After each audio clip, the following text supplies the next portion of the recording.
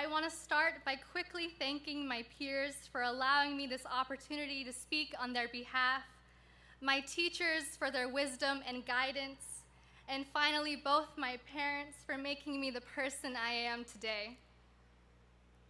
I've thought about this moment hundreds of times, and it is an understatement when I say I did not imagine it like this.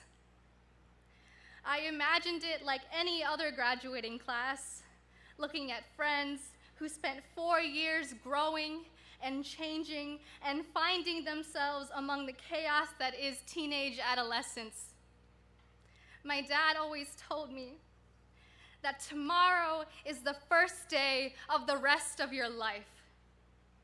And the person you are today has no bearing on the person you are tomorrow. So honor this person you are today, your teenage self. She may have been lost most of the time and overdramatic most of the time, and she cried while she studied a lot of the time. But she also laughed, and she was silly in the way you can only be as a teenager and not as an adult. Honor this person you are today, but then let them go. Tomorrow, high school is officially in your past. Tomorrow is the first day of the rest of your life. People often say that life is about getting up after you've been knocked down. They say it's about rising after you've fallen, that what doesn't kill you makes you stronger. The truth is, as much as we hate to admit it, today we're just kids. We are your children, and like children, we are afraid. The truth is, I was asked to speak about our future, but as we all know, the future has never been more unclear. The truth is, the class of 2020 was born directly after one of the most tragic events in American history, in late 2001 to be exact. We have grown up with tragedy like a childhood friend. Each of us has had our own moment of panic, paralyzed at our school desk, as we hear a voice over the speaker say the word intruder, holding our breaths until we hear the word drill. We were raised with the promise of climate change looming over our heads, and we graduate not only among one of the most widespread protests for racial equality, but in the midst of a global pandemic. So you'll have to forgive me when I tell you I don't think life is about persevering through pain, nor seeing just how much we can suffer. I don't think it's about the hurt, the ache, the yearning for something more, for something better. We are tired of getting knocked down time after time, only to pick ourselves up from the ground again, piece by piece. The truth is, the class of 2020 will always be remembered as the class who graduated during quarantine.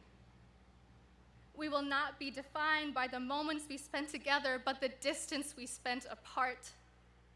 Our senior year won't be remembered by the fact that Libby Kleitz composed her own piece of music for our all-school mass, or that Jack Johnson, Derek Cagle, Jack Boschert, Kevin Burke, and Trevor Begley won the Wickenheiser Cup. That Rachel Binger raised over $450 with her house, or that Sydney Ulrich had her first lead role in our spring musical. Our class won't be remembered for Amanda Mawson just being Amanda Mawson, or Jack Allison's infamous butter run. And that is a very hard one to forget. So how dare the world tell us that we are defined by our worst moments instead of our best, by our struggles and not our happiness? Graduates of 2020, I tell you that life is about living and loving openly and honestly, without fear, opposition, and without apology. I ask you, do you really want a return to normalcy? Were you not emotionally distant before the social distancing, isolated before the state recommended isolation, and lonely before this physical loneliness? Do we really want to return to a time where we were silent on the matters of racism and police brutality? No.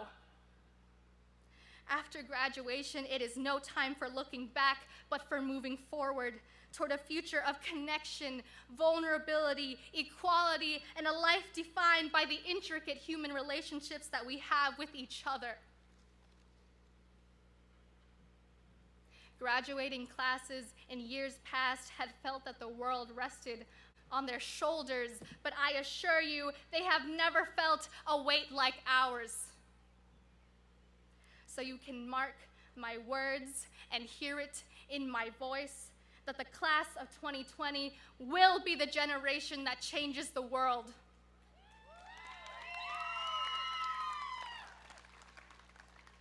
We are a powerful force, and our future may be unknown, but only because it will be like nothing we have ever seen before.